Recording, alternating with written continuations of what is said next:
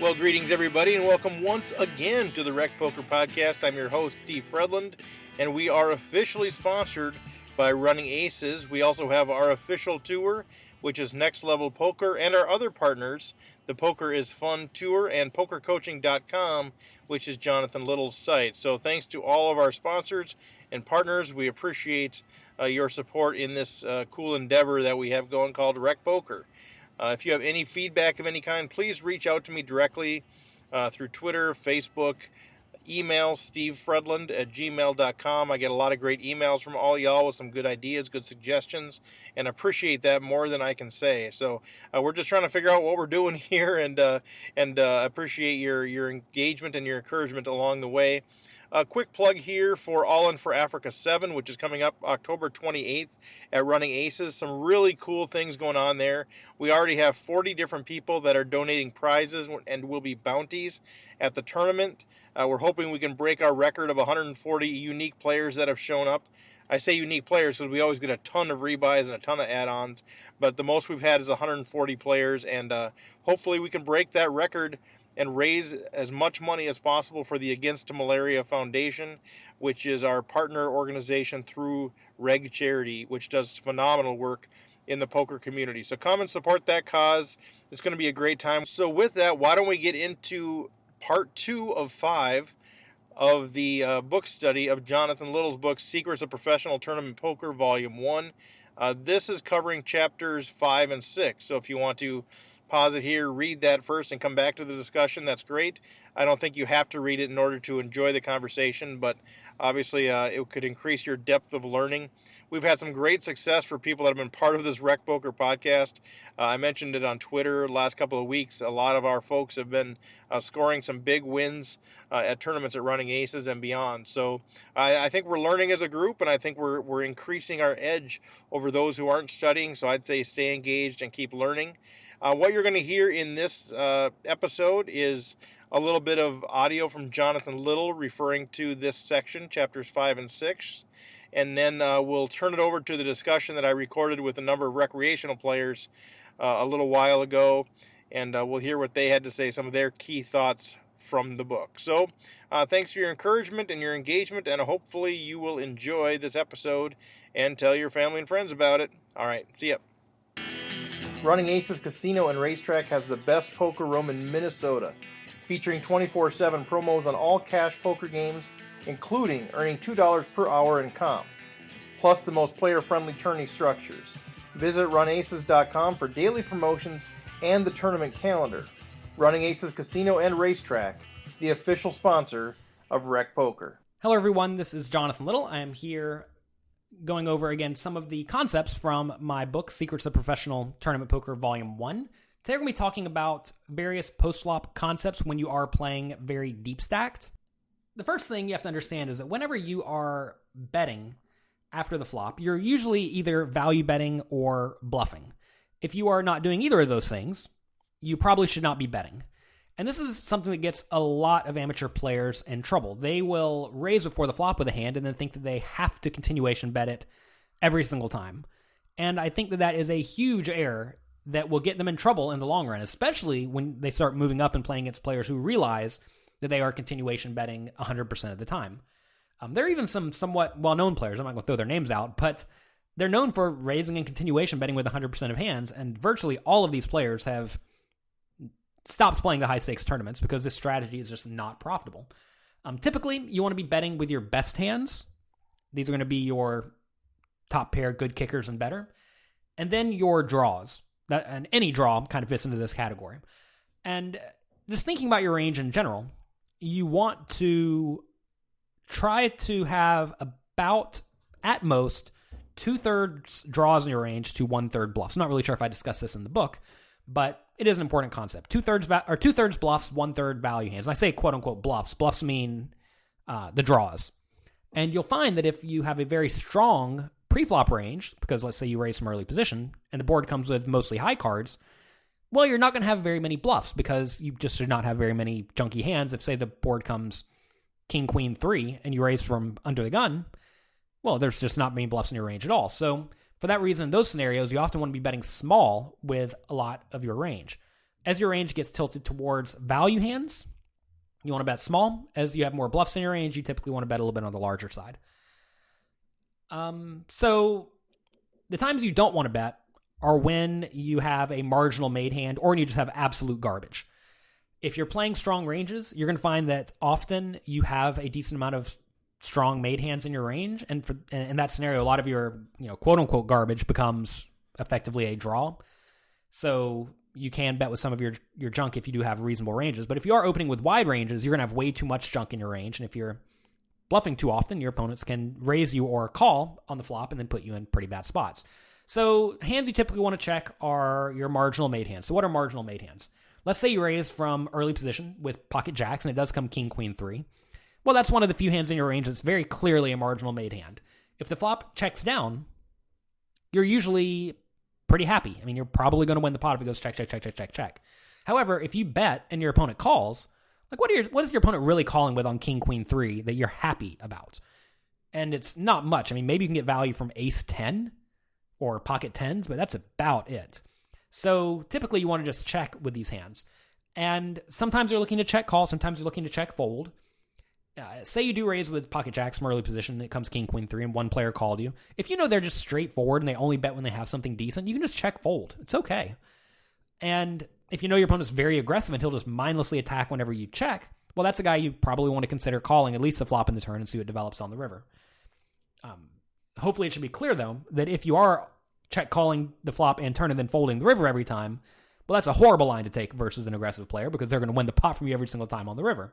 So against those players, you need to mix in some more checks with hands like top pair bad kicker, like king 10 suited if you raise that from early position, or a hand like ace queen for middle pair. That would also be a pretty nice hand to check.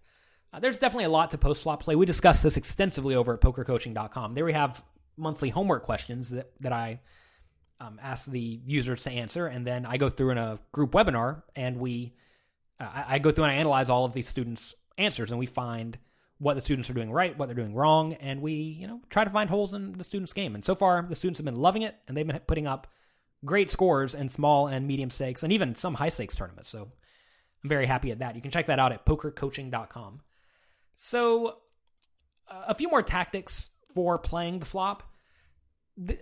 A lot of players, especially in the small stakes games, like to lead into the pre-flop raiser, and this is a fine play if your range is balanced. The problem with leading is that it's very hard to balance your range, because whenever you lead with a hand, it inherently takes it out of your checking range.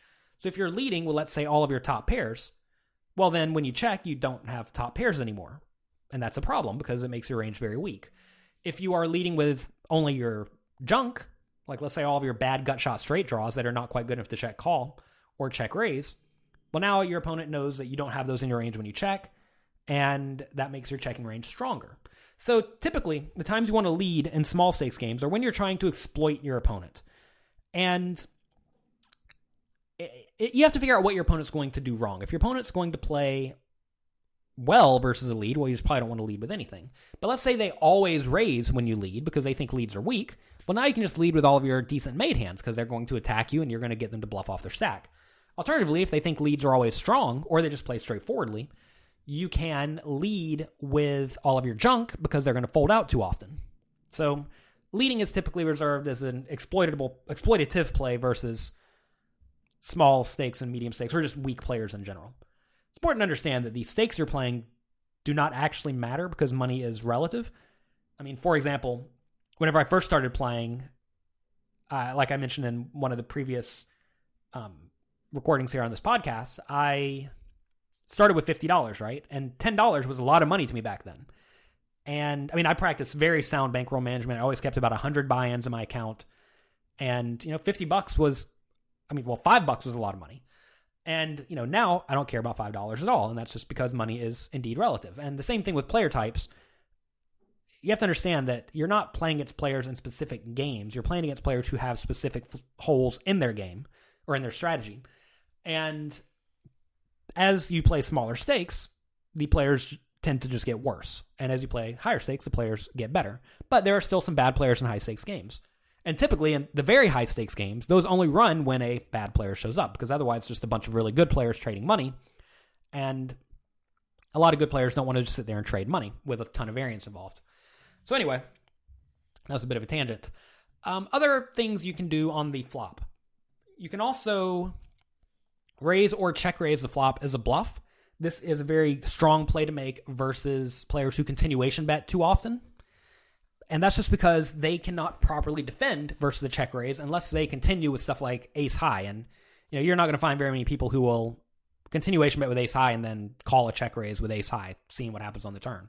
Of course, if your opponent's a calling station, well then, against those players, you should not be bluffing too often. But check raising is a really strong play if your opponents are just too aggressive on the flop, but will then play straightforwardly.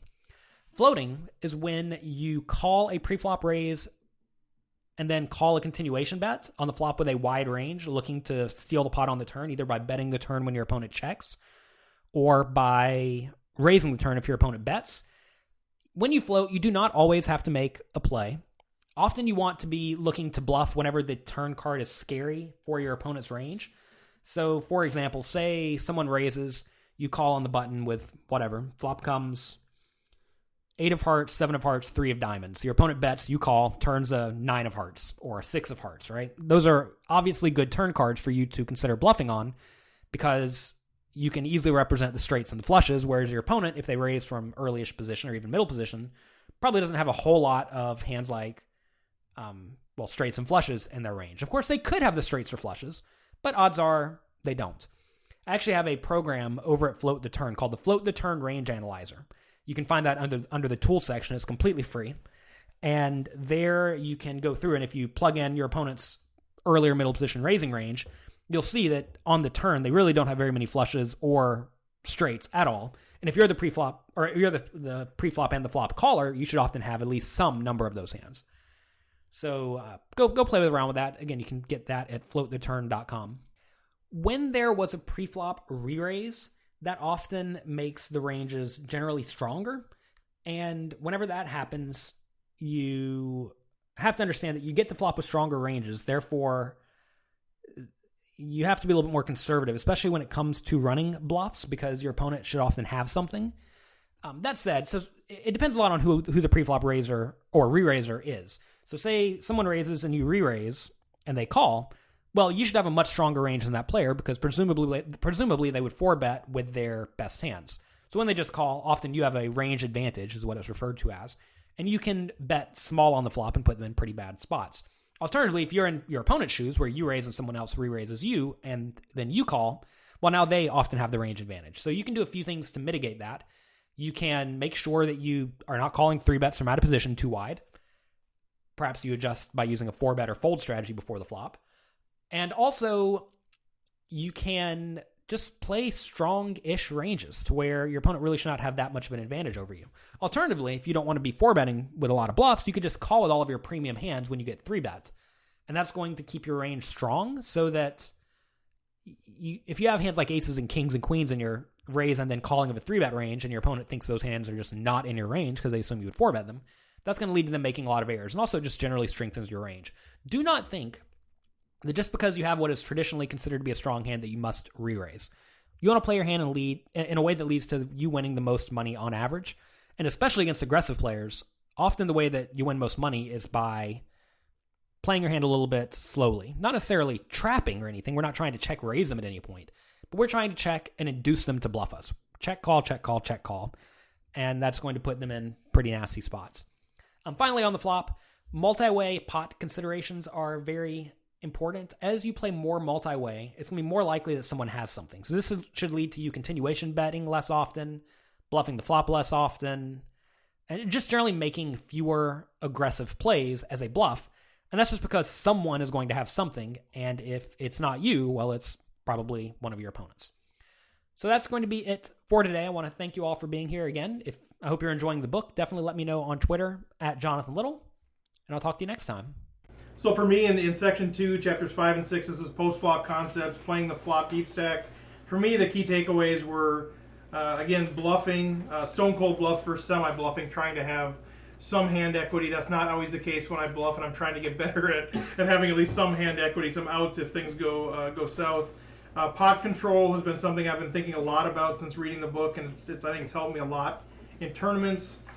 Floating is a new tool that I've introduced because of the book. I've done more floating of people, kind of putting them to the test in a more passive way, I guess. C-betting less, like I said last week, realizing you don't have to raise every button.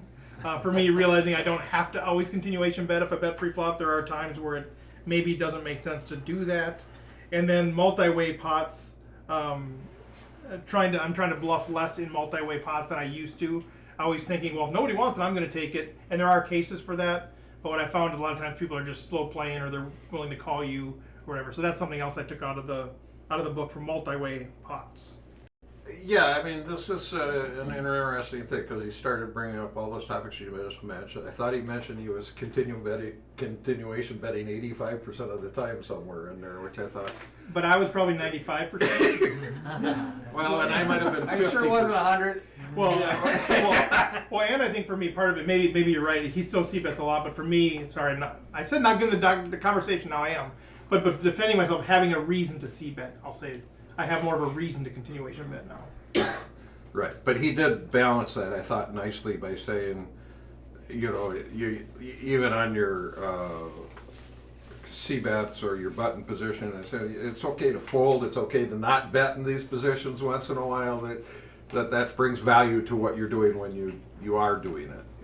So position is wonderful, but it's worthless if you make it worthless. By always being in every hand.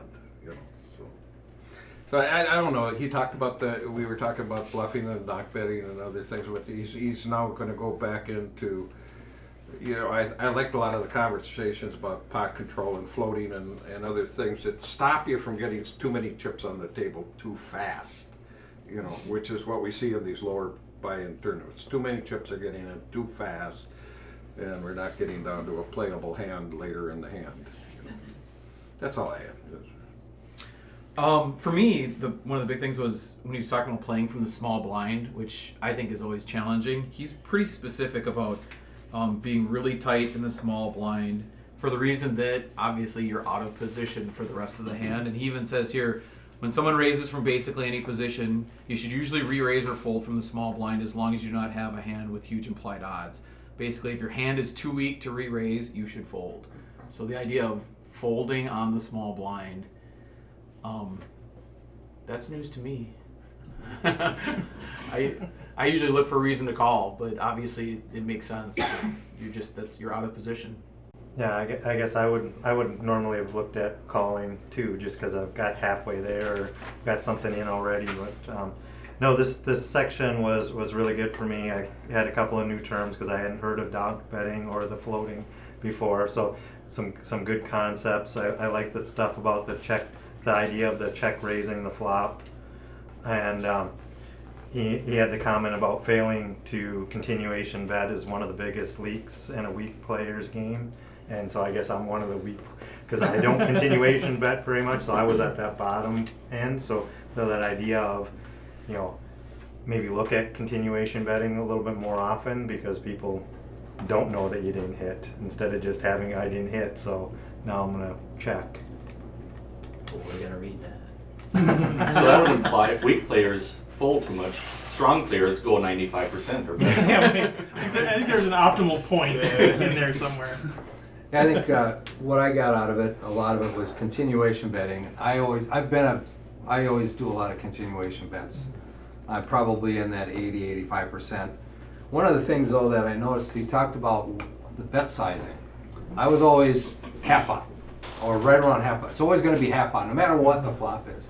And he talked about, well, if you got a wet board, you might want to get out there with a 3/4 to take the odds away from that person calling you. So I was probably getting myself in trouble before, because it was always just, it's okay, it's half pot.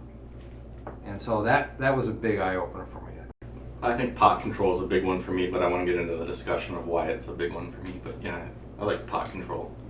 And check raising, I guess, too, which is something that I hardly ever do unless I flop something like the nuts and then I'll check raise. But I never would have check raised before with a bad hand.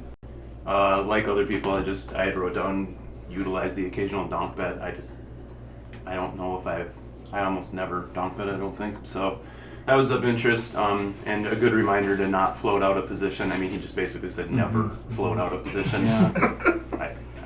I'm sure I have, and probably will still a little, but and I think Steve, you might have mentioned it too, but not necessarily bluffing with complete air multi-way pots. Semi-bluff more so than just trying to. I mean, sometimes you feel like you sense weakness, and then you got two opponents. I'm just going to try to go get it. With complete air sometimes too, but doing that more so when you have some equity when you get looked up. So that's a good reminder. For me, I think the biggest thing is takeaways from these couple of chapters is telling a story when you bluff. A lot of people kind of know how to, have a good feel for how to pick off a bluff, because when someone's doing it, you're trying to put together their story and it doesn't make sense. So you should think about that the opposite direction. Don't just bluff because you've got 7 high and you think you can make this guy fold. What are you really representing? You have to kind of make it have sense, or have it make sense. The power of pot control and the power of floating are, I mean, those 3 things are pretty huge. So we'll get into them, but. And for me, comes back to what Rob says and understanding how to vary your bet size. I don't, as I mentioned before, don't vary my bet size based upon the strength of my hand, because I don't want to give anything away about the strength of my hand, but varying it based upon other situations like how wet the board is, my stack size, opponent's stack size, I think was a key concept. Yeah. Big thing for me would be position, and knowing what to do with the bets in those positions, and continuation bet. Again, I always continuation bet almost all the time, so it's time to tone that down and when not to. Yeah, I echo a lot of what people have already kind of brought up as key points, but what I can add to it is I took a couple of notes. One saying that thinking you have the best hand does not justify value betting, and I think that's a huge thing where recreational poker players will get a hand and be like, oh, I think I'm ahead, I'm going to value bet, and it's actually against them. They're hurting themselves. 2 things about bluffing. One, or actually 3. Bluffing on the river needs to make sense to work. Brian kind of talked about that. Don't bluff inexperienced opponents because they're not going to be thinking about the hand the same way that you are. And then don't run bluffs on calling stations. Kind of seems simple, but at the same time, like if someone's known to call you down and see what you have on the river, you shouldn't be trying to bluff them. And then I think the last thing is, as we kind of move in towards the turn, is kind of talking about don't getting carried away with intricate plays. And lastly, if you have top pair, you put out your continuation bet. It doesn't always make sense to continue on the turn as well. Sometimes checking and kind of slowing down a little bit to control that pot size is the better play. And I think that was really important for me. I started doing that and I found a lot of improvements in my game. All right, so obviously pot control seems to be one of the big topics. Let's talk more about that. What do people do? How important is it? What are the dangers? What do you think? I think I've always kind of done that anyway, and maybe I'm being risk averse. A lot of times when I get into those situations, when I got a big hand like a top pair, top kicker type hand, and I place a bet out there and somebody's calling me, I'm going, well, what the heck are they calling me with? What could they have that they're calling me with? And so you start looking at their range and whatever's on the board, and I might slow down. If they check to me again on the turn, I might slow down and let them have an opportunity to bet into me on the river. Obviously, I'm going to call any river bet, because like Jonathan Little says, your hand is underrepresented at that time. So I've been doing that for a long, long time. And so it just verified why now I know why I was doing it. It was pot control. You just hadn't written the book. I didn't know it was called. I didn't know I was doing it. Yeah. So just out of instinct, just because, from a risk perspective, your probably alarm bells going off, just saying. Okay, why are they calling? Let's see a turn, and let's see what they do on the turn. Are they gonna bet into me? If they don't, I'm just gonna check it back, just to control the pot. I don't want to put a lot of chips in. All I got is top pair. And you made a good distinction. I mean, you're in your situation there, you were in position, and how much Right. easier it is to do pot control Right. when you're in position. But other thoughts on what Rob shared? Yeah, I think kind of going back to the point that I brought up just a little bit ago, talking about on the turn, checking back with like top pair. How I found that to be so valuable was when I was looking at kind of like this range of what I'm thinking is happening. So say I'm in position, they checked me on the flop, I continuation bet with top pair, and they call. Then on the turn, they checked me and I bet. If they have a worse hand than me, almost 100% of the time they're folding. If they have a better hand than me, they're either calling or raising, which kind of puts me in like this awkward spot of being on the wrong side of no matter what happens. That must be what I was doing. Yeah, that's gotta be it, right? But then if you like take away that bet and just go back and check instead, then it goes on to your opponent, which gives them the option to bluff, which you can call and get value from, or if they were ahead, gives you an option to catch up if you can. So it kind of controls that pot and makes your decision simpler and allows you to play better, I think. I think that's a huge key. What you just said is keep it simple, right? So in a situation like you have, where you have top pair, top kicker, and you're in position.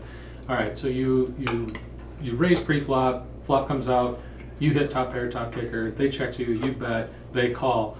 No matter what comes on the turn, if you bet there, you're opening yourself up to having to face decisions, right? Because if you bet there, like Taylor said, there's a chance that they could re-raise you, or they could just call you anyway.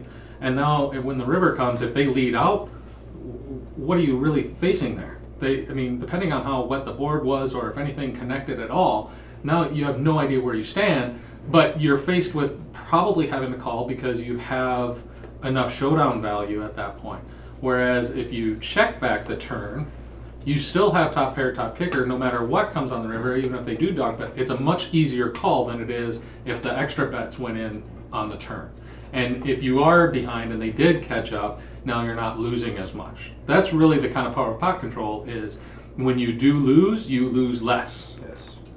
How do you balance that then with, because there is obviously the risk when you let them see a free river card that they do catch up. So there's a the part of it is worse hands are going to fold on the turn if you bet. So you lose some potential value there from hands that might pay you off on the river, but obviously you also introduce the element of getting caught up on the river. So I always wonder, without thinking about it all, well, maybe it is mathematical, but just sort of like, what's the paradigm there? Because I always wonder, okay, if they fold on the turn, I'm just fine with that because I win the pot and I don't have any more risk there either, even though I know I'm losing some value. So how do you balance those two things? It's really thinking about what their range is going to be, and if they're going to pay you off with a worse hand or not.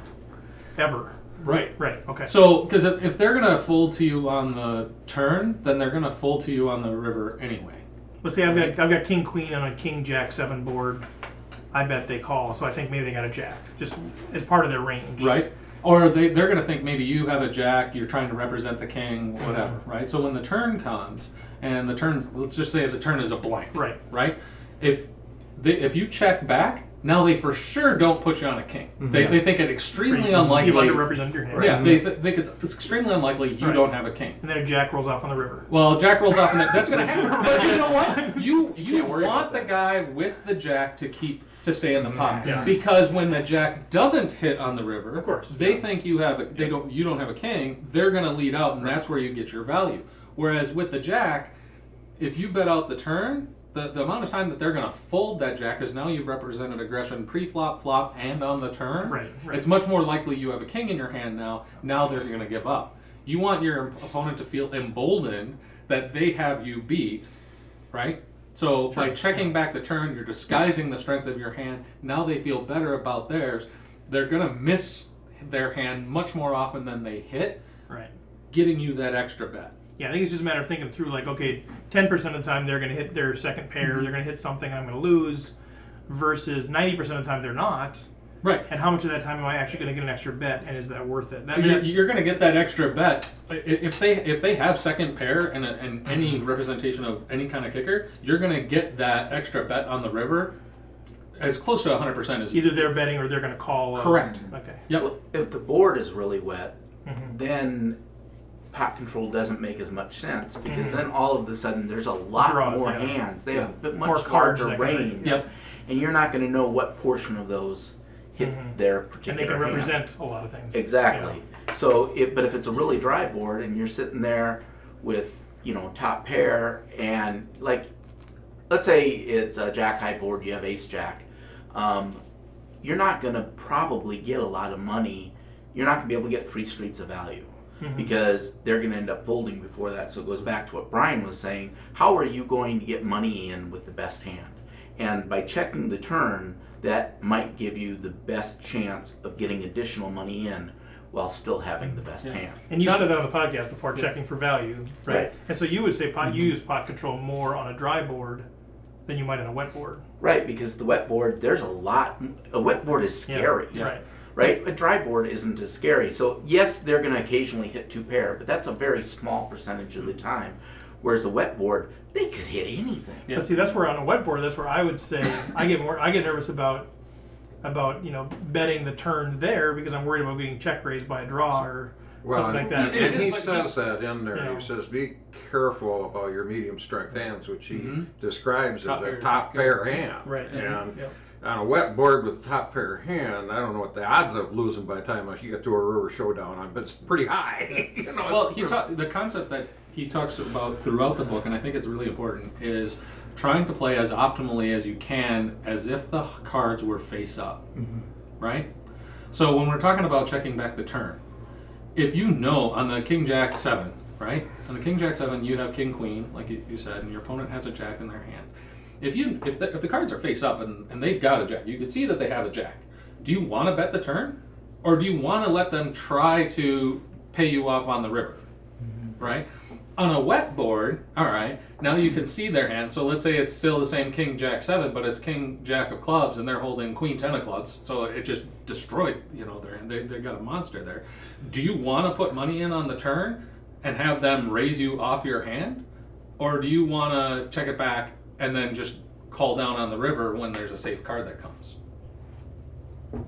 Well, it's an optimal pot control. I see this all the time. You get to the river, your last bet, they've checked to you. You think your top pair is good, and so you fire out a bet, and the guy's got the flush of the straight or 2 pair, and he's got you crushed, and he's been waiting for you to bet, and you took the opportunity. And there, you know, you were only going to win if you had the best hand. And why did you put the bet in? You were already to the showdown. Yeah, you could have just showed your cards. And there's he talks about that is if you only have a medium strength hand but it has showdown value and it gets checked to you on the river, check it back.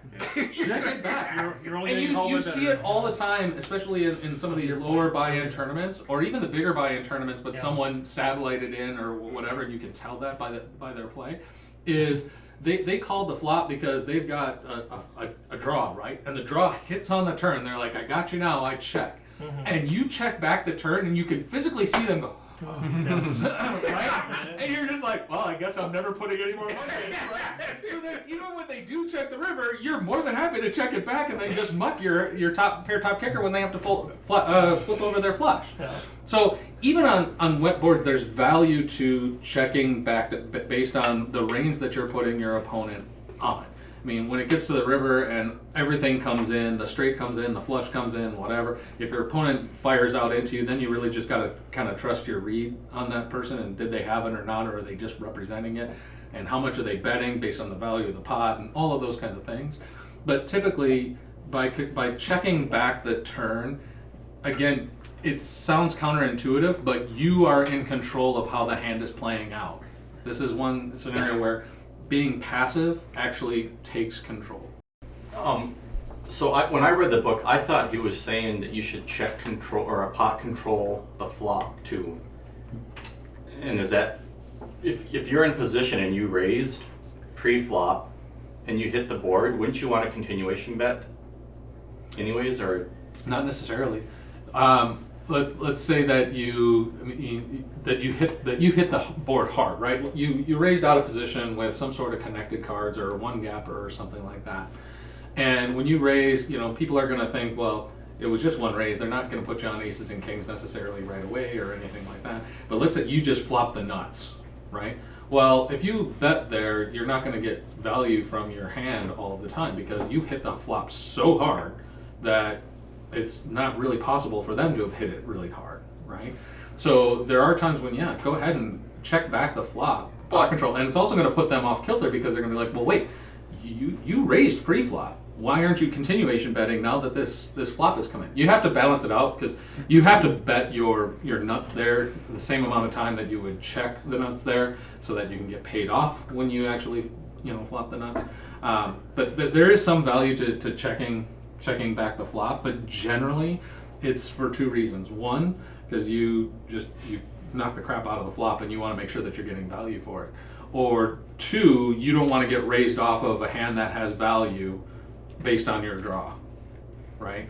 And so if you have a draw and you continuation bet it and they check raise you, now all of a sudden a lot of your value's gone. But say you had the king queen and you hit queen jack 3 or something like that, and they checked you. Wouldn't you want to raise? I'd be happy to raise and take the pot there. In a way, I wouldn't want to check and give them a chance to hit another card, but if they have air there, right? If they just have air, all your bet only gets you nothing, right? Just gets you what's already in the pot. Whereas if you check back, it gives them a chance to now all of a sudden hit a card. You represented weakness, like you missed the flop. Now you're going to be able to get value out of them, whereas you couldn't before. As long as you're willing to call. Yeah. So that's I think Can't give up that. that's the one thing about isn't part of pot control controlling the pot so that on that river there's a bet that is small enough that you can call it with your top pair or something, Yeah. or if you're going to make a bet, you can make a value bet a reasonable amount that you can still fold if you get re-raised or something. I mean, that's part of it, right? It's just controlling what that last bet on the river is going to be. And the position had a lot to do it. So you flop top pair from under the gun where you entered the pot somehow. And do you really, if your kicker isn't just wonderful, in some way, I don't know what it would have to be, but do you really want to put more chips, get a 3-bet on you? I guess Get this all the way around. hardly ever Back. see I mean, it. I only got top pair. I don't have the straight or the flush draw. Where I play, I hardly ever see a 3-bet ever. So I would just, I hardly ever see anyone 3-bet me at running aces in lower tournaments. If I raise there, they're either. It's because people know. I got to get you on the table more often because that's not the table I'm on. Really? I just never see 3-bets. Well, you can do a raise and get to a 4-bet before a flop all the time over there. If you're in more hands, you'll see it a lot. So you'll see too people early, I guess. But you'll see people bluff on the river based on your check on the turn. Yes, and to me the turn makes sense to Yeah. control, but I would still feel like I almost have to continue. If I'm in a continuation bet 80% of the time, why wouldn't I bet when I hit top pair or 2? Keep in mind that when you're continuation betting to show people that you have strength. Yeah. If you have a hand with reverse implied odds, this is what he's talking about, checking the flop. Because you have reverse implied odds now, and that's the topic Put from more what we money talked in about a losing earlier. hand. Yeah. Right.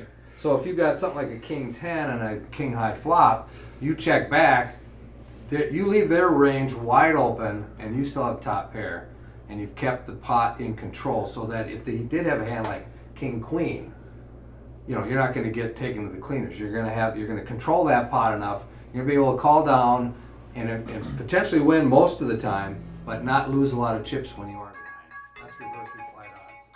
And as part of your point, Andy, too, that you have to be prepared to call down then. If you're going to underrepresent your top pair, you can't then just give up when an ace comes or a jack comes or some scare card comes. You kind of are making the commitment that that's the value. hard part. Yeah. And it goes back to when he talks about having a plan. So like what Brian was talking about. Okay, you flop top pair. You're going to control the pot, but you need to probably, I'm guessing, have a plan that I'm either going to make a bet or I'm going to call a bet on the river and I'm going to go with what I got.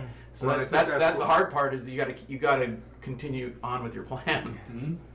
Well, and that's something that is a theme throughout this book. It's not what am I doing right now. It's why am I doing what I'm doing right now so that I know what I'm doing later. In each situation, because your plan's going to change. Right, and in that case, the river could change, but the understanding is, hey, if this goes the way I think, if this happens on the river, I'm going to make a Well, and value you bet. can think about it. Oh, You can yeah, think about plan. every potential scenario on the river. You can say, all right, if I check back here and it's a safe card, he checks, I'm gonna bet. If it's a safe card and he bets, I'm gonna call. If the river comes and it's a scare card and he checks, I'm gonna check behind. If it's a scare card and he bets, I'm gonna fold, or I'm gonna call, depending and based on what the size of the bet is. So you can actually it doesn't matter what comes on the river. You can make all those decisions ahead of time. That's again keeping it simple, right? Yeah. Making it so you're not faced with a difficult decision. If I do this and these are the possible scenarios, this is what I'm going to do based on that. And pot controlling just makes that easier. Yes. And every time you pot control, you just make all your future decisions easier. If you go down the situation of, okay, I was the pre-flop aggressor, I was the flop aggressor, I was the turn aggressor, now the river comes, now you have a big decision to make because that pot is huge. You were aggressive on each and every street. You have to decide, this person is now betting into me with this scare card on the board. Like, do I just give up now because I think I might be behind? If you kind of slow down and let this develop and let your opponent make decisions instead of you just like betting at them, you can kind of keep it simpler for yourself in the future. And when you do make mistakes, because they're going to river flushes and straights and stuff, it's going to be a smaller mistake. Well, just the size of the pot gets, like he always talks about, grows exponentially. So if there's action every street, if it's 2, 4, 8, 16, if you can skip one of those streets for pot control, if you don't have a big hand, you're facing 8 instead of 16 at the end. Whatever the numbers are. I think that's part of it too. Is now it's a manageable. It's not half your stack decision. It's a quarter. It's a quarter your stack. Or an eighth. Right. So what range would people continuation bet then? So 2/3 the time you miss a pot, you're gonna continuation bet every time you miss, and then. And then if you check, if I was playing Jonathan I love Little, the confidence in that. That was awesome. Yes. if I was playing Jonathan Little and he checks the flop, then I know he's probably got top pair weak kicker. That makes it so hard for it because you don't know. You don't know know what else You could have trips. You could have. When you're He's better going to than balance the his player, range there. He's better going the to player check with that his knows how to super strong play. hands, and he's going It's to gonna be check hard with to his read. kind of medium hands, and every once in a while he's going to check with his really weak Yeah, ones. you're right. If he does the same thing with everything, but I think that's what he would say. Sometimes you got to check your monsters. Sometimes you got to bet your monsters. I think that's mixing it up there. I think a lot of it goes Yeah, to hand ranging as well, and this is something that I've been like practicing on myself. Is where is the pre-flop aggressor? Where is the caller? Where when a flop comes out, who does it benefit? And kind of what actions do each person take? When you're playing against yourself, which side wins? The beauty of that is I lose. This is being recorded, guys. You fold all the time to your raise. Don't Yeah, you? like, I can't play Like if against you're that the guy. pre-flop aggressor and someone calls you from the big blind, you can kind of put them on a certain range. And when the flop comes out, you can think, okay, well this range is much better for my range than their range. Even if I raised with pocket eights and it comes out 3 king ace, that's a good flop for me to continuation bet on because I have a lot of aces, I have a lot of kings, and if I bet here, it kind of shows that I have an ace or a king. Not saying that the big blind who called my bet doesn't have an ace or a king, but it has this doubt in their head, like, where am I at in this hand? Well, especially if they had like an ace with a small kicker. If you Yeah. get them off that hand, you're going to win a pot that you wouldn't typically win. 1-1. Yeah. So for me, that's kind of what determines continuation betting is how does that flop connect with my range and my opponent's range, and kind of where do I see this hand playing out in the future? One of the problems I have with this is value of information, and we're assuming that this sort of information is one-dimensional, but we've already talked about it. It's not. It's you have that image about me, I have that image about you. Have you reacted to your image of my image? This head game went a Next little level too kind of stuff. yeah, next level. And so next level that poker. when, Exactly. So some of this is you want to act consistently. So I think when I got to stop overthinking this. You're just acting consistently on your C-bet. You don't want to do it 100% of the time because it has no value. Then you want to give some information out. You don't want it to always be correct information. You just want to give information. And same when you raise or enter a pot, you don't only want to raise or enter on aces and kings. They'll figure it out real quick, right? So you got to balance what you're doing here. So some of that is, it comes down to that, but the pot control solves some of the losing your chips too fast problem. Is what it. So that's the way. When I start going through this head game of like, he might have the king or he might have the jack or did he outflop me or I'm going to get that wrong, because the more of those decisions I get, I'm not specific at that level. I don't have that level of information. No matter what his prior actions were, because he was trying to deceive me partly through this tournament. That's part of this game, right? So using the ranges, is it better for his range? Is it better for my range? What does this bet mean to my chip stack versus his chip stack? Am I willing to get all my chips in by the river if we're going that direction? And you make all those decisions beforehand. And if I play and I obey my decisions beforehand, I don't get outthought along the way. I don't force myself to play poorly, because I might be against somebody who's playing a better game than I am, but do the best you can, adjust your game. You can't, not every hand are you going to make minute-to-minute adjustments on. Am I saying that right? Yeah, and I think another thing to add there is we were talking about this pot control, and I know on the last episode Doug was talking about, hey, I don't like opening up with sixes. And I think that goes back to the pot control type thing, and his point was, I don't want to put my whole stack on the line. And when you're playing short stacked in a lot of these like daily tournaments that are essentially turbos, there is no pot control anymore. Like that goes out the window. Then you're just playing hands. And you're essentially saying, do I want to throw in pocket sixes here when I'm short stacked? And the answer is probably no. But when you get later and you do have these deep stack tournaments or you're early on, then you can start doing this pot control and, maneuvering against your opponents. Okay, how about shift gears a little bit? Let's talk about floating. That was a topic that came up quite a bit. Who wants to, whether it's regular floating or delayed floating or whatever, who wants to talk about that? I hate that I love floating. Stacy hates that I love floating. Floating anonymous, is that? Exactly. That's actually a great way to put it. Yeah. That's. I hate that I love floating. Yeah, what do you mean? What do you mean? It can get you into trouble. You have to make sure that you're doing it right, but it can be really effective. So we're talking about this leveling war with like continuation betting, and that's where the float comes in to counter this continuation bet. I may have a hand, I might not. If I'm out of position, the person was the pre-flop aggressor in position bets into me, and I call with the intention of trying to take down the pot on the turn. And it can be a really effective move because it throws off that pre-flop aggressor if they're not ready for it. But when they do have a hand, it gets you into a lot of trouble because you're playing a much bigger pot than you should be with a hand that you probably shouldn't be playing in. So you're talking about floating out of position. Right. So okay. Either way, Either way, it could get you into trouble. No, for sure. I'm just trying to figure out so there's floating in position, which to me is way easier than to steal on the turn, because you see it all the time whether you're in the hand or not. Somebody bets the flop, somebody calls, then somebody checks the turn, somebody bets, and it's over. So you see it all the time whether they're floating or they have a hand or not. So I feel like in position it's easier. But so how do you steal on the turn if you're out of position? Is that saying you bet the flop and then you lead into them on the turn? Yeah. Or? So what I think in that situation is, I just talked about the ranges and stuff. So say I'm in the big blind, someone in cutoff raised, then I call. I've got a marginal hand, maybe it's like 7-8. I think it might hit well. But then the flop comes out 4, 3, 9, which I know probably doesn't connect with the cutoff hand. Even though it doesn't connect with my hand, it kind of connects with my hand range. Right. Yeah, your range. So if I check call and then lead out on any sort of reasonable turn card, it kind of puts him in a tough spot. So you float the flop and then you donk bet the turn. Yeah. Okay.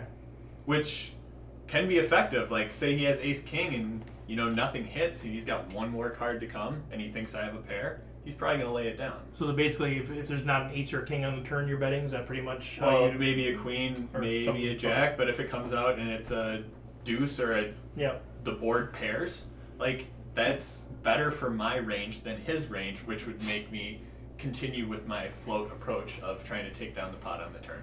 Well, and like you said, where you're going to get into trouble then is not even necessarily then if they re-raise you there on the turn, because then you can just get away from it pretty easily. Yeah. But it's when they call, are you now? Then they are float gonna, you on the turn? Are you going to fire the bullet again on the river? Right?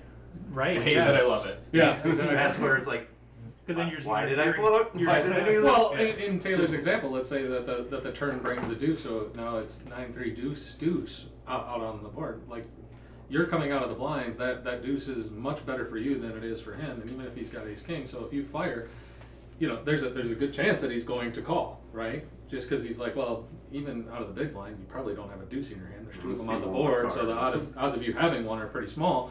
So you either have the 9 or the tray, and I still got the 2 overs, right? All right, so now the river brings a 7. So now you actually have made 2 pair. It can get you into trouble when he doesn't actually have ace king, because you fire out there and he raises you. Now where do you stand, right? You're like, oh, I floated with the intention of taking this thing down on the turn. He called the turn, and now when I actually made my pair on the river and I bet out, he's raising me. So it can get you into spots where you don't know what you should be doing, right?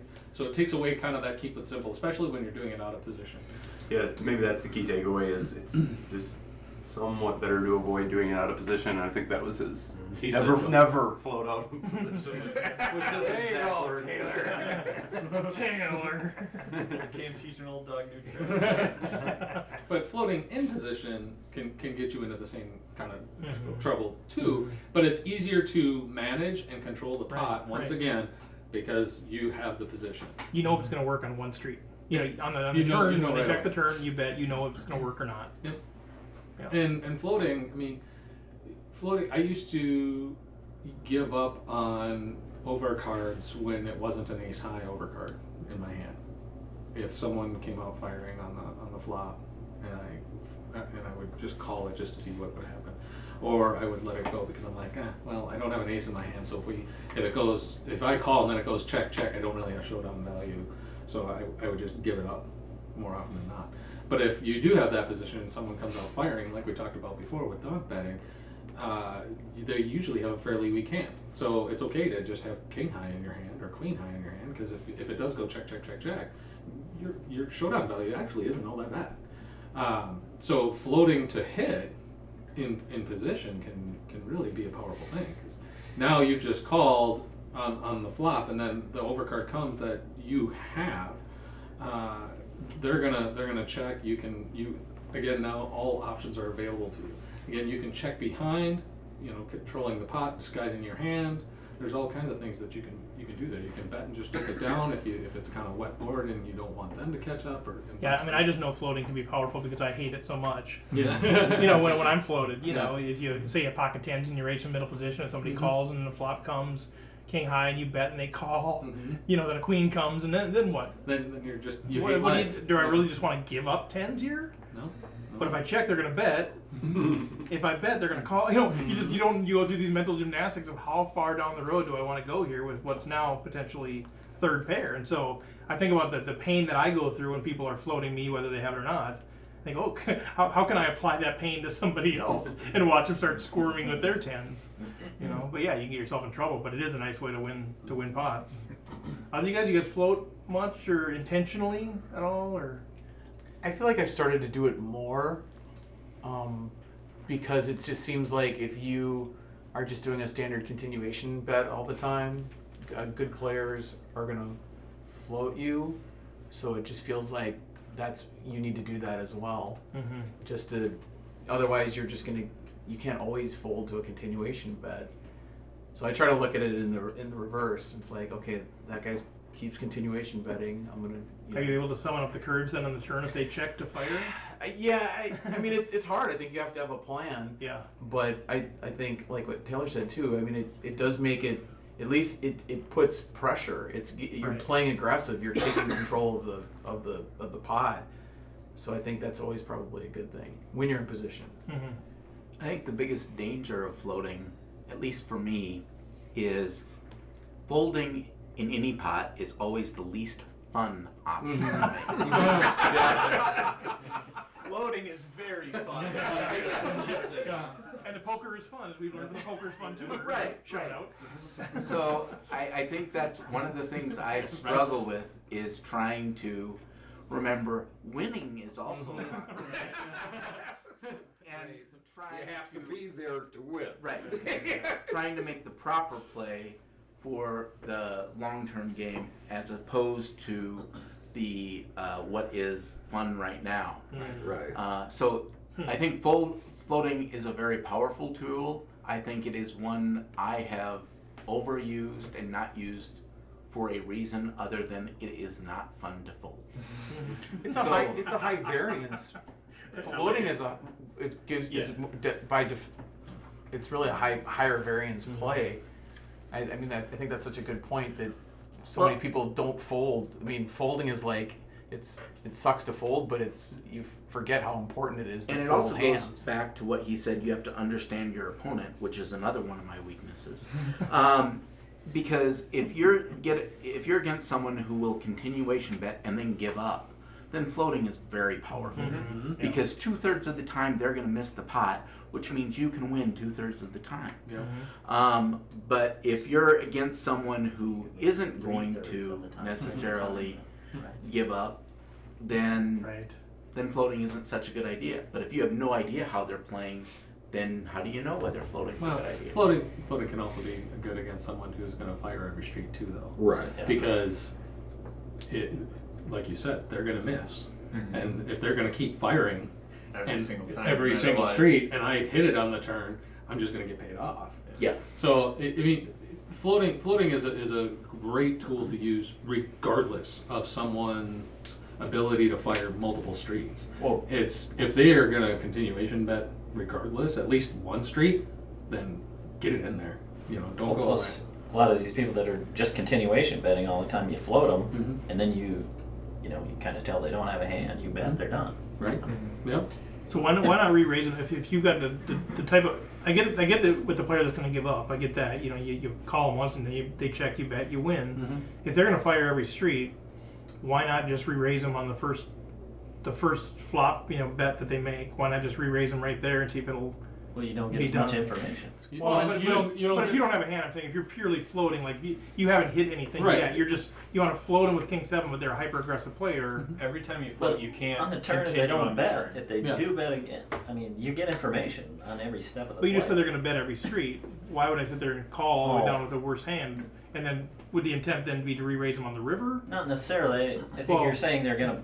They're You're aggressive players that are betting. A lot of aggressive players, though, after the flop, if they don't have it and they bet twice, a lot of times they'll I don't shut think. down. Okay, they're so that's what saying you're betting. continue- You're keep saying, calling with nothing.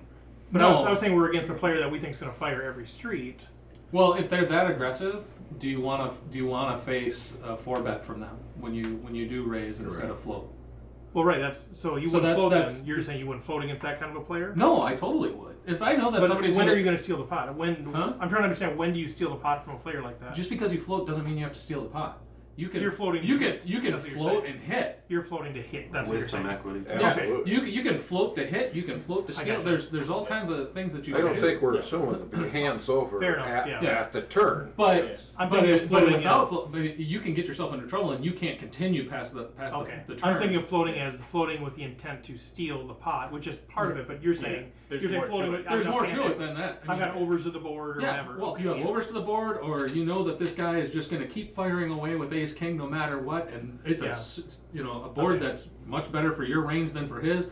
There's all kinds of things that can come out that can give you still if he only is doing it with overs, right? Yep. And you have 2 live cards against those overs, and it doesn't hit on the board.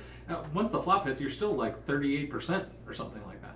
So go ahead and call the flop at least. Okay, you're right? calling for equity then. Yeah. You're not calling for Yeah. as a steal. You tactic. can hit, you can steal. If it's someone who's going to fire every street, then you need to be prepared to just let it go on the turn if you've got no chance of hitting something Right. or Okay, fair that enough, he's going to yeah. fold it back. Or I was fold thinking it of sometime. purely from a. Well, and I steal see perspective. tournaments, Yeah, you know. they vary during the tournament as to how much floating you see going on. And I just played a tournament the other day with a qualifier.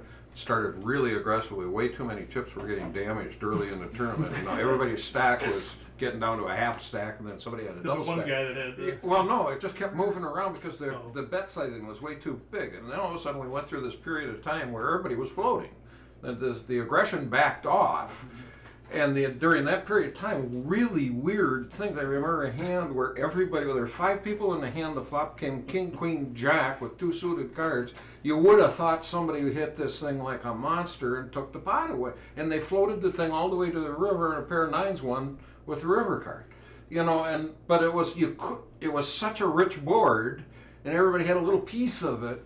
Do you really want to get into the 3-bet and the 4-bet on this board, because you might not have the biggest piece? So everybody was controlling the pot. Everybody was floating. They're really well, and one guy at the end, the river. Let's not let this get out of control. The button was putting out a bet every time, and everybody, no one folded. Everybody called his bet, but he didn't shove all in, obviously, and he didn't win either.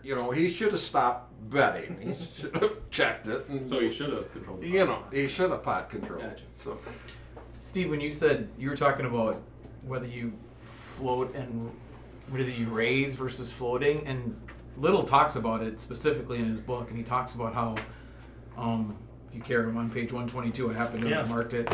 He talks about the float is a cheaper bluff than raising, because you're gonna, if you raise and he re-raises, you're folding. If you float and he checks on the turn, you're betting and he folds.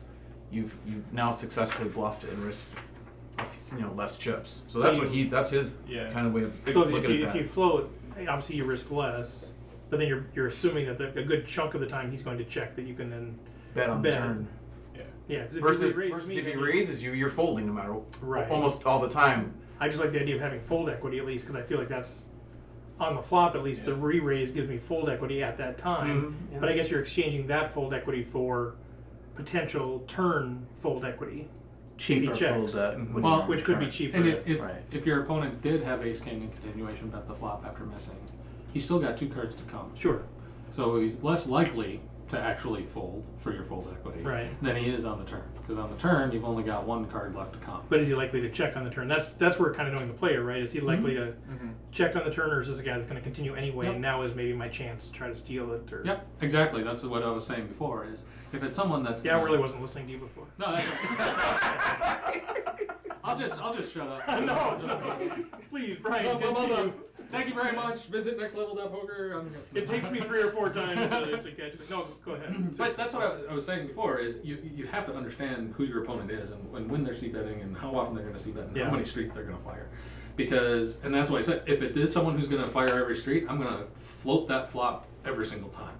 It gives me a much easier decision on the turn, because if I've turned outs, or if I've actually hit my hand, now I'm never folding it if I hit my hand, right? Because he's going to fire the river anyway.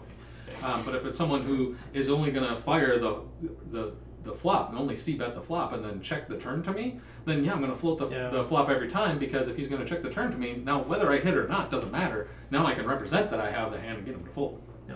Okay.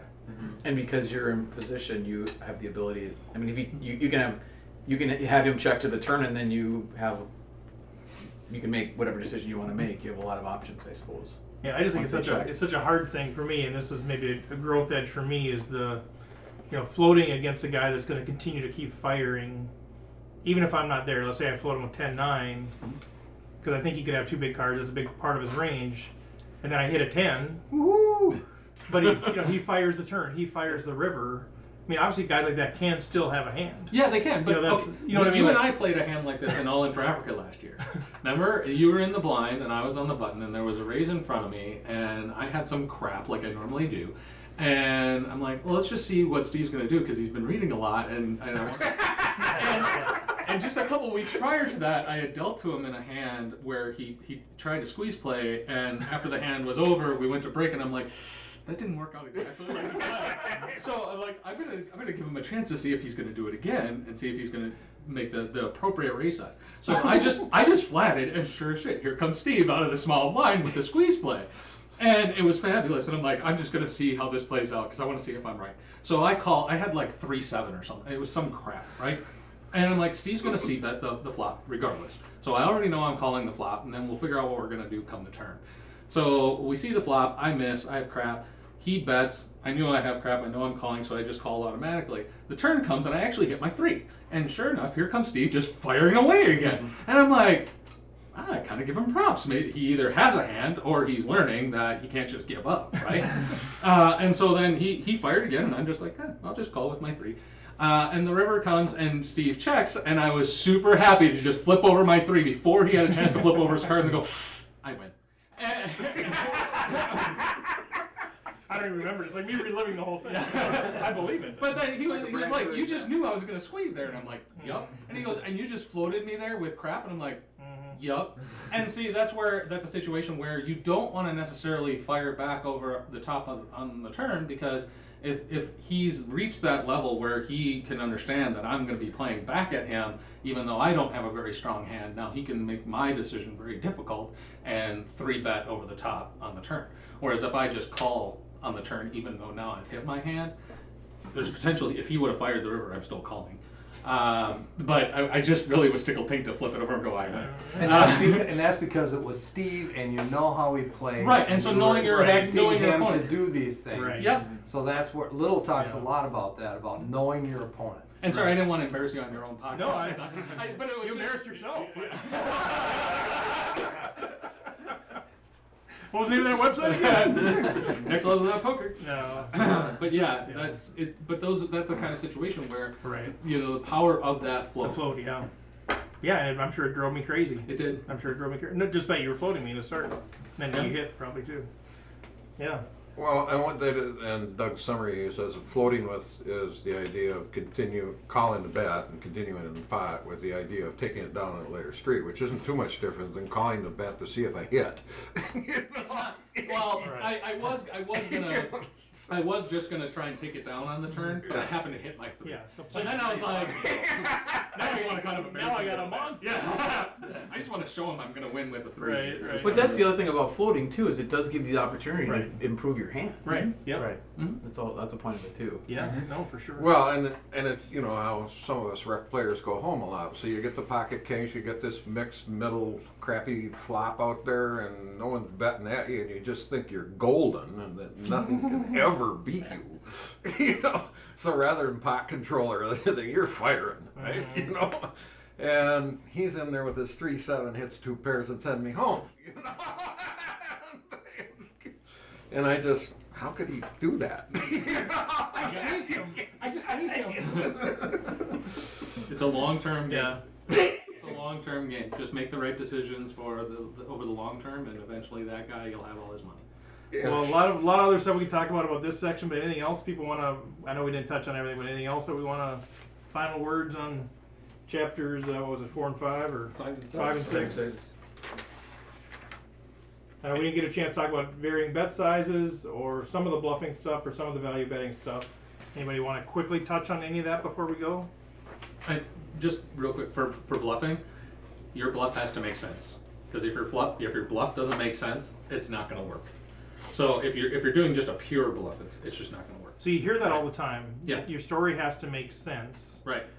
Let's spend a couple of minutes on that. What does that mean? I mean, what do we actually mean by your bluff has to make sense? Like you really have to say, I'm only representing this sort of range that's so big, or what? I mean, well, and he gets into different scenarios and such, but think of it this way: if I'm on the button and I make a raise, and just the big blind calls. Now the big blind's going to have good value to be getting in there, right? And the flop comes 8 high, and I actually, let's say I actually have a legitimate hand like ace king or ace queen, something like that, and it just happened that I have it on the button, and it goes check check. Why would I ever check there? We can get into reasons for that. But if I do check, and he bets and I just call, and the turn comes and it's another blank, and now I start firing away. Well, in the big blind's head, is that going to make sense that because now I'm trying to represent that I hit like that flop, or have an overpair, right? Or that I have an overpair. Well, if I hit that flop, which is a crap flop, or I have an overpair, I'm never checking that flop, because any card that comes could potentially be dangerous to me. So the person in the big blind is never going to believe that you actually hit that flop, or that you have an overpair to that flop, because you wouldn't have checked it to begin with when the flop came out. So just when you're doing just a stone cold bluff as opposed to semi-bluffing, but even semi-bluffs have to make sense. You have to be telling a story that's believable, right? Because if it doesn't make any sense, it's not going to work. It's not going to get through. You're going to get called down. You might get called down by ace high, and if you have ace king, you're better. But you get my point, is that there has to be a believable story that's being told with your bluff. And I think I'm better at like looking at other people's stories. I mean, I love the hero call anyway. I'm addicted to it, Right. but I think I'm better at like looking at somebody else's story and going, I see it. Then I am Exactly. at assessing my own story, because I do some of these bluffs and afterwards you're like, that was really dumb. But in the moment, I'm not really thinking, is this believable? I'm just thinking, nobody seems to want this pot. Right. Well, why don't I? And that's where a lot of bluffing actually happens, and where bluffing crushes your stack. Yeah. Is if I just, I've read in poker books, I'm supposed to be aggressive, and I read in columns, I'm Aggressive supposed to be poker is aggressive, winning poker, and I right. see all these aggressive players always winning. All right, well, I whiffed on this flop, and I have no chance of ever making anything. Let's fire away at it, right? Oh, okay. Well, if you're just firing away and they're still calling, at some point, either A, you're going to stop and still be able to play, or B, you're going to go broke. One or the other. And so it needs to make sense. Yeah. The thing I think of, and I think it does help, and it's more when I'm thinking of my bluff line, but when you're kind of considering someone else's too, is much like a story, there needs to be a beginning, a middle, and end in any story. And if any of those first two elements are missing, then the end seems weird to me. And so when someone fires off this crazy bet on the river, and that's their end tail, and I'm like, but there was no middle, or there wasn't a beginning. Yeah. So to me, it doesn't, and I want to keep that thought in mind too when I see the river comes and I'm like, oh man, I think I could take this away, but I never had a beginning or a middle, Yeah. so it's gonna look fishy. Or So. here's a good idea. Here's a really good one too, and this is again make it believable. So you see it all the time where someone's calling down with their flush draw, right? And the river comes and they miss, and they were out of position and they fire right away. All right, well we kind of all know to just call them because they missed their flush, right? Because it doesn't make any sense. If they actually had a hand before that river, they probably would have raised you at some point, or they would have been the aggressor to bet. Well, now all of a sudden, the river comes and it's a blank, the flush doesn't complete, and they put out a gigantic bet in relation to the size of the pot. What story is that telling? What are they representing? That they happen to make a set on the river? I mean, really? And if you made a set on the river, wouldn't you just check it to the guy who's been betting all along and check raise them over the top anyway? Yeah. So you see that's a really easy one. It's something that you see a lot where someone's calling you down, there's a flush draw on the board, and then all of a sudden the flush misses, and speed of bet has a lot to do with this. But all of a sudden they shove it, they put a big bet out there that in relation to the pot makes 0 sense at all. It's never going to get through. That's what just happened to me in the 6 max, and that's how I got a big pot. But it almost got through though, Yeah. even though I had a monster. But you're still because it's such a big bet. Yeah, So you're just like you're afraid of the bet. It takes you a long time to kind of, but you eventually get there, right? You're like, this I got clock called on me for the second time ever. I mean, that's fine. I did, and I found out. Yeah, the new rules are 30 seconds. Yeah, a minute. you're so welcome. I had 30 seconds. Yeah. Well, So is that? Yeah. Is it like for a rec player? Is it not that we're bluffing too much, but we're just bluffing in the wrong spots where we're not telling a good story? Is that how you look at that? I would answer both of those questions with yes. I think we get away. I'm sorry to interrupt, but I think we get away sometimes with it in some of the tournaments, at least that I play, Because people aren't I thinking? can make a big bluff on the river and not have a beginning or a middle. Because and they're people not still thinking. fold because they're like, oh my gosh, you must have a monster, because they're not necessarily thinking that. So I think I think I can get myself in trouble that way. And then when I play against more advanced players, I think they do that whole. I don't think so. I don't know. That's not really answering your question, but that's how I think about it. Like I get spoiled. I can get spoiled by thinking, oh, I can just bet any pot and they'll all fold because they don't like to put that many chips in. I think that rec players aren't bluffing enough, and that they bluff in the wrong spots. They bluff in the spots that don't make sense, and they're not doing it enough. Because if you don't get caught, you're not doing it enough. And I don't see rec players getting caught bluffing nearly as often as experienced players. And you know that's true because the tournaments that I'll play, like I'll run a bluff or something and I'll get caught, and everybody's just like, you just see them all muttering to each other. I was like, what an idiot, And maybe they're right, but well, seriously, We hand out flyers ahead of time that says Steve is an idiot. Right. I had my flush draw that engaged there, and I took a shot at it. Like, well, you're a fool, like, well, maybe, but that's when you know that people aren't bluffing enough because everybody Right. else at the table's like, Yep. what a crazy guy. Instead of, the good players are kind of like, yeah, good try. Yeah. Good try. That totally makes sense. I don't know why you got called there, but Yeah, I should have called you that. Yeah. Well, and what I see is, even at these Aces middle-sized tournaments, that when you get later in the tournament, you get against the better players. They're not winning a lot of bluffs with the intent of winning a bluff.